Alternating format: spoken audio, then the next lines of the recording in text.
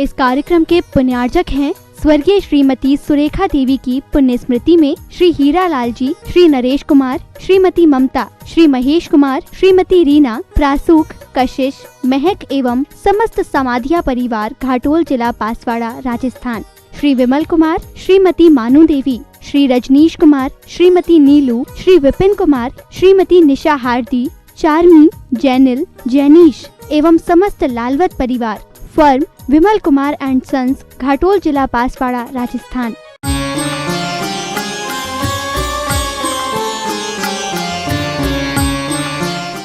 धर्म स्नेही भव्य आत्माओं, कल त्याग का दिन था। अब महाराज सब त्याग करा दिया, अब क्या बचा?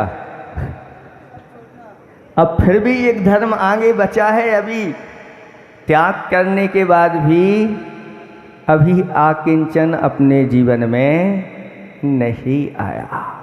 ये और उससे ऊंची चीज है, वस्तु है। इसलिए आज का दिन आकिंचन दिन। आकिंचन धर्म कहते किसे हैं? सब कुछ त्याग करने के बाद भी अब क्या बचा? अभी शरीर है और ये शरीर मेरा है। भीतर बैठे हुए अभी कर्म हैं, वो भी कर्म मेरे हैं। ये भी परिग्रह है। और जो मुनिराज मेरा कुछ भी नहीं है, किंचित मात्र भी मेरा नहीं है, परमाणु मात्र भी। परमाणु दिखाई नहीं देता, इंद्रिय का विषय नहीं, लेकिन जो मुनिराज निरंतर ऐसी भावना के साथ अपनी चर्या को करते रहते हैं कि किंचित मात्र भी मेरा नहीं है, वह आकिंचन धर्म कहलाता है। और इस आकिंचन धर्म के साथ जो रहता है, आगे जाकर के वह तीन लोक का नाथ बन जाता है। तीन लोक की संपदा उसकी हो जाती है, जो कहता है कि मेरा कुछ भी नहीं है। ऐसी विधि बताई कि हे बब्बात्मन, तुम तीन लोक के नाथ बनना चाहते हो तो इस प्रकार की भावना करो कि मेरा कुछ भी नहीं है, परमाणु मात्र भी मेरा नहीं है। ये मुनिराज की बात है। तो फिर गृहस्थ के धर्म से इसको कैसे पालेगा? पाल सकते हो क्या? बताओ। जब परमाणु मात्र भी मेरा नहीं है मुनिराज इस प्रकार से, फिर आप किस तरह से आकिंचन धर्म को पालन करोगे? नहीं, श्रावक तो आ ही नहीं सकता वहां तक। लेकिन श्रावक के लिए कहा कि जिन्होंने इस प्रकार के स्वरूप को प्राप्त कर लिया है और जैसे 10 धर्मों से युक्त हैं, उनकी भक्ति पूजा आराधना कर लो। जिनके पास कुछ नहीं है, उनकी भक्ति पूजा आराधना कर लो। कुछ नहीं है मतलब जो दरिद्र है उनकी नहीं, जिन्होंने अभिप्राय पूर्वक सब कुछ त्याग कर दिया है और त्याग की साक्षात मूर्ति हैं, इनकी पूजा पाठ आदि कर लो, इनकी सेवा कर लो। यही तुम्हारा आकिंचन धर्म की ओर बढ़ना है। और उसके साथ साथ घर में रह कर के हिसाब किताब मत लगाओ, मेरा ये है, लगाते रहते। एक कथानक आचार्य भगवंत ने सुनाया था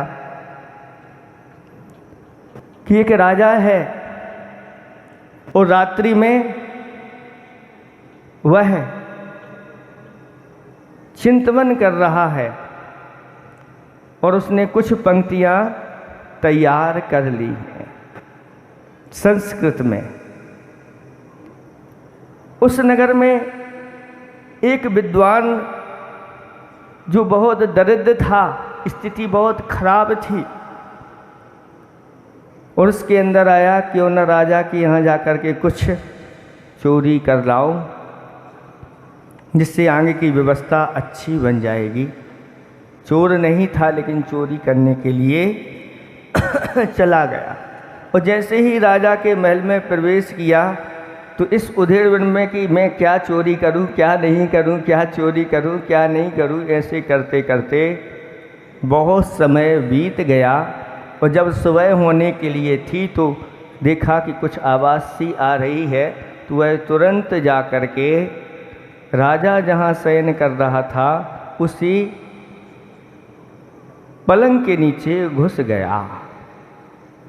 और राजा ने कुछ पंक्तियाँ बनाई थीं, 3 पंक्ति बन गई थीं, चौथी पंक्ति बन नहीं पा रही थी। और बार बार राजा कहता है, चेतो हरा युवतयः सुहृदानुकूला सद्बान्धवा प्रणय गर्व गिरश्च भृत्याः बलगंति दंति निबहास्तरला तुरंगा। बस ये 3 पंक्ति बार बार चल रही हैं, चौथी पंक्ति बन नहीं पा रही है। राजा परेशान है। इन 3 पंक्तियों का अर्थ क्या है? चेतो हरा युवतयः, राजा चिंतन कर रहा है कि चित्त को हरण करने वाली एक से एक सुंदर हमारी स्त्रियां हैं। सुहृदानुकूला, अपने अनुकूल चलने वाले बांधवजन हैं, अच्छे अच्छे मित्र हैं, नौकर सेवा में हमेशा हमेशा लगे रहते हैं, ऐसे हैं। बलगंती दंती निवास, ऐसे बड़े वेग से चलने वाले अनेक घोड़े आदि हैं। इस प्रकार से अपने वैभव का चिंतन उसने, सारे वैभव का चिंतन 3 पंक्तियों में रख दिया। चौथी पंक्ति क्या बनाई जाए? तो इसको वह चोर भी सुन रहा था और वह विद्वान था। ये बार बार चौथी पंक्ति नहीं आ रही है, मतलब इनसे बन नहीं रही है, और उसने चौथी पंक्ति बना के और बोल पड़ा और कह दिया, सम्मीलने नयन योर नहीं किंची दस्ती। इसका अर्थ होता है कि ये सब वैभव है, आँख जैसे ही मुदेगी तो कुछ भी तुम्हारा नहीं रहेगा। बस इसको जब राजा ने सुना तो राजा की आंखें खुल गईं कि मैं क्या हिसाब किताब लगा रहा था, बहुत प्रसन्न हो रहा था, लेकिन इस तीसरी पंक्ति ने तो हमारी आंखें खोल दी कि हमारी आंखें कब मुद जाएंगी, कब ये श्वासें निकल जाएंगी और फिर मेरा कुछ भी नहीं रहेगा। और देखा नीचे से उसको निकाला, घबरा गया लेकिन राजा कहता है घबराना नहीं, तुमने तो मेरा बहुत बड़ा उपकार कर दिया है। कौन हो तुम बताओ? हम चोरी करने आए थे लेकिन स्थिति ऐसी बन गई। तब राजा उसके ऊपर प्रसन्न हो गया और बहुत सारा उसको पारितोषक दे दिया। आचार्य भगवान कहते हैं, आप लोग घर में किस प्रकार का हिसाब किताब लगाते रहते हो?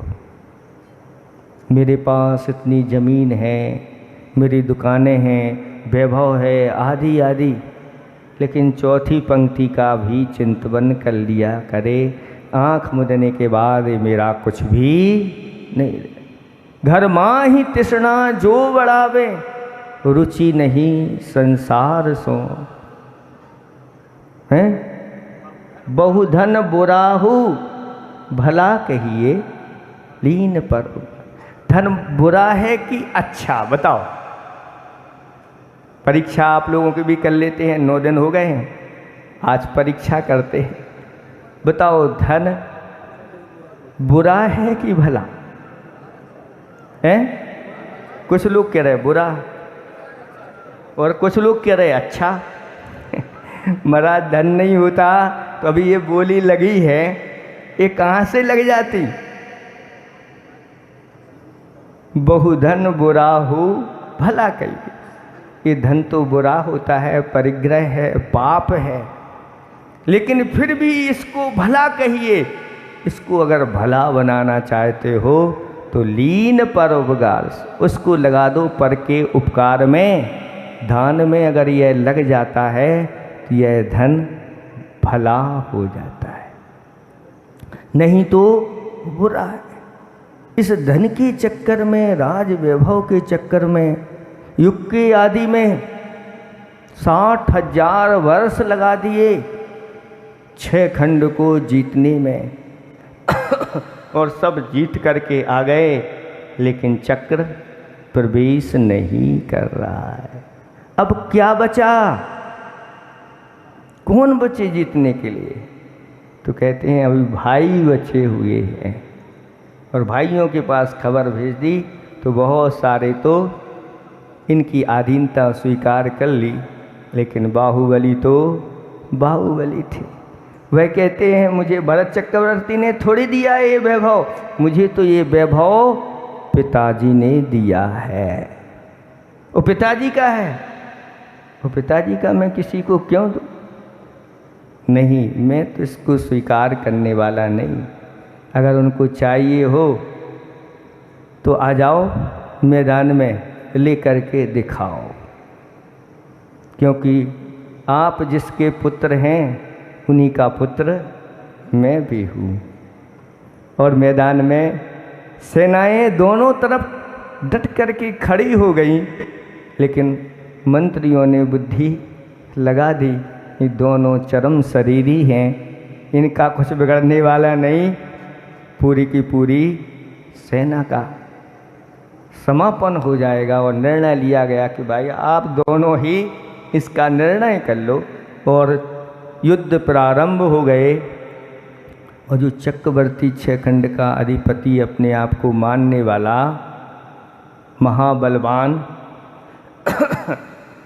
पहले युद्ध में हार गया, दूसरे युद्ध में हार गया, और तीसरे युद्ध में भी हार गया। और हारा, पराजय हुई तो फिर कुछ भी दिखा नहीं, और ऐसा क्रोध बढ़ गया और चक्र चला दिया। किसके ऊपर? अपने भाई के ऊपर। कहते हैं क्रोध में फिर बुद्धि भी काम नहीं करती कि अपने कुल के ऊपर ये चक्र का प्रभाव नहीं पड़ता, फिर भी चला। और 3 परिक्रमा लगा करके प्रभु के वैभव को, राजा महाराजाओं से भी बढ़कर के प्रभु के वैभव को सजाता है, वह व्यक्ति फिर वैसे ही राजा महाराजा जैसे वैभव को प्राप्त होता है। और जैसे आपके अंतरंग की भावनाएं होगी, वैसे ही आपकी स्थिति भी वैसे ही बनती चली जाती है। धीरे धीरे हमने अपनी भावनाओं को घटाया। पहले ऐसे ही रत्नों से, रत्न कलशों से, स्वर्ण कलशों से भगवान का अभिषेक होता था, लेकिन धीरे धीरे भावना घटी, चांदी पर आए, चांदी से घटते घटते फिर तांबे पर आए, फिर पीतल पर आए, फिर कांसे पर आ गए, फिर धीरे धीरे घटते घटते स्टील पर आ गए। बहुत सारे अभी स्टील के बर्तन आप लोग यूज कर रहे हैं।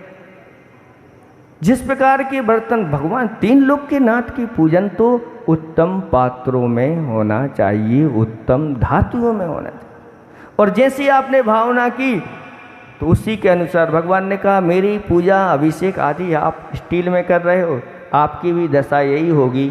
पहले के लोग सोने चांदी के बर्तनों में, सोने में बर्तन में खाते थे, फिर चांदी में, फिर इस प्रकार से करते करते अब स्टील के बर्तनों में खाने लगे। क्यों? क्योंकि जिस प्रकार की हमारी भावना होगी। और धीरे धीरे भगवान के पास आप लोग क्या लेकर के? प्लास्टिक में द्रव्य लेकर के आने लगे, प्लास्टिक की डिब्बियों में। तो भगवान ने कहा ठीक है तथास्तु, तुम्हारी भी रसोई में डिब्बे डिब्बे हो जाए। और अगर महाराज रोकते नहीं तो फिर डिस्पोजल आता है, यूज इन थ्रो, बस लाओ चढ़ाओ। और ये भी स्थिति आप लोगों के जीवन में आ गई है।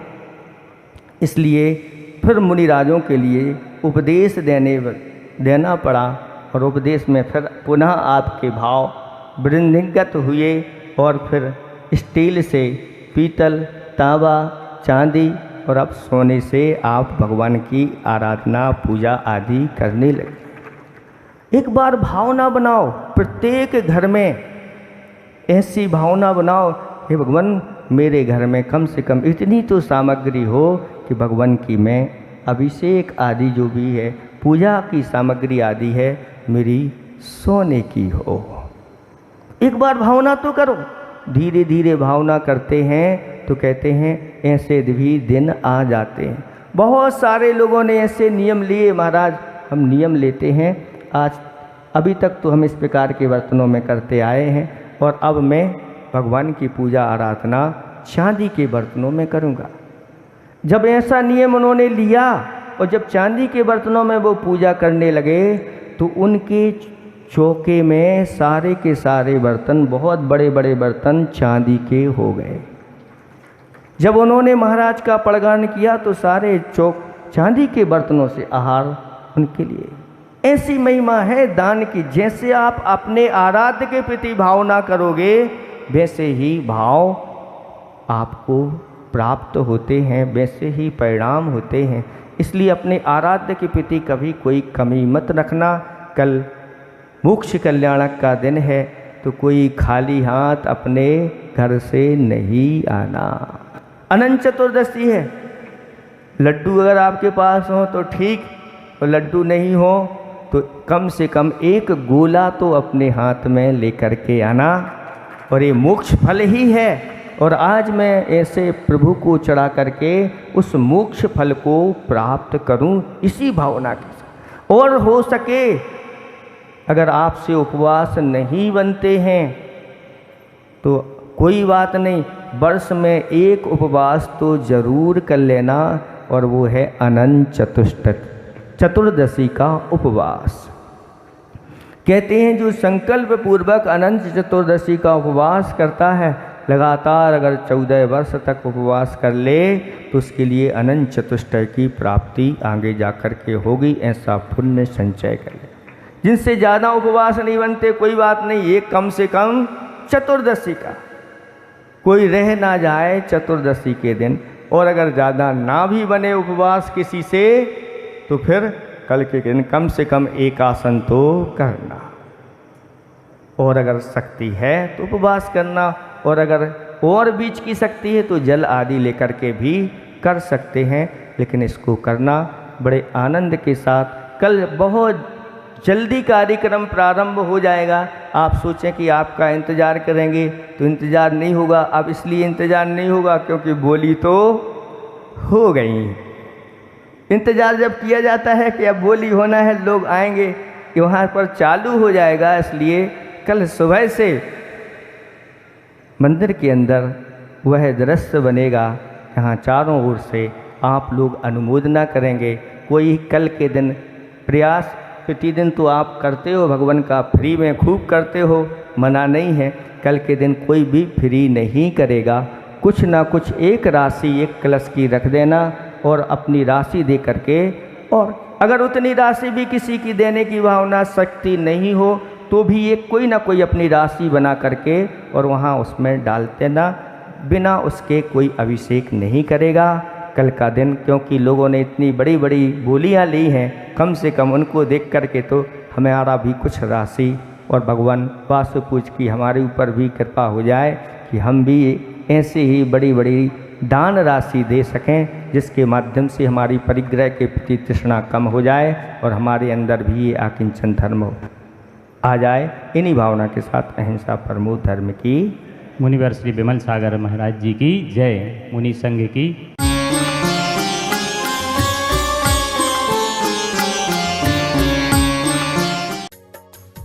इस कार्यक्रम के पुण्यार्जक थे स्वर्गीय श्रीमती सुरेखा देवी की पुण्य स्मृति में श्री हीरा लाल जी, श्री नरेश कुमार, श्रीमती ममता, श्री महेश कुमार, श्रीमती रीना, प्रासूक, कशिश, महक एवं समस्त समाधिया परिवार, घाटोल जिला बांसवाड़ा राजस्थान, श्री विमल कुमार, श्रीमती मानू देवी, श्री रजनीश कुमार, श्रीमती नीलू, श्री विपिन कुमार, श्रीमती निशा हार्दी, चार्मी, जैनिल, जैनीश, एवं समस्त लालवत परिवार।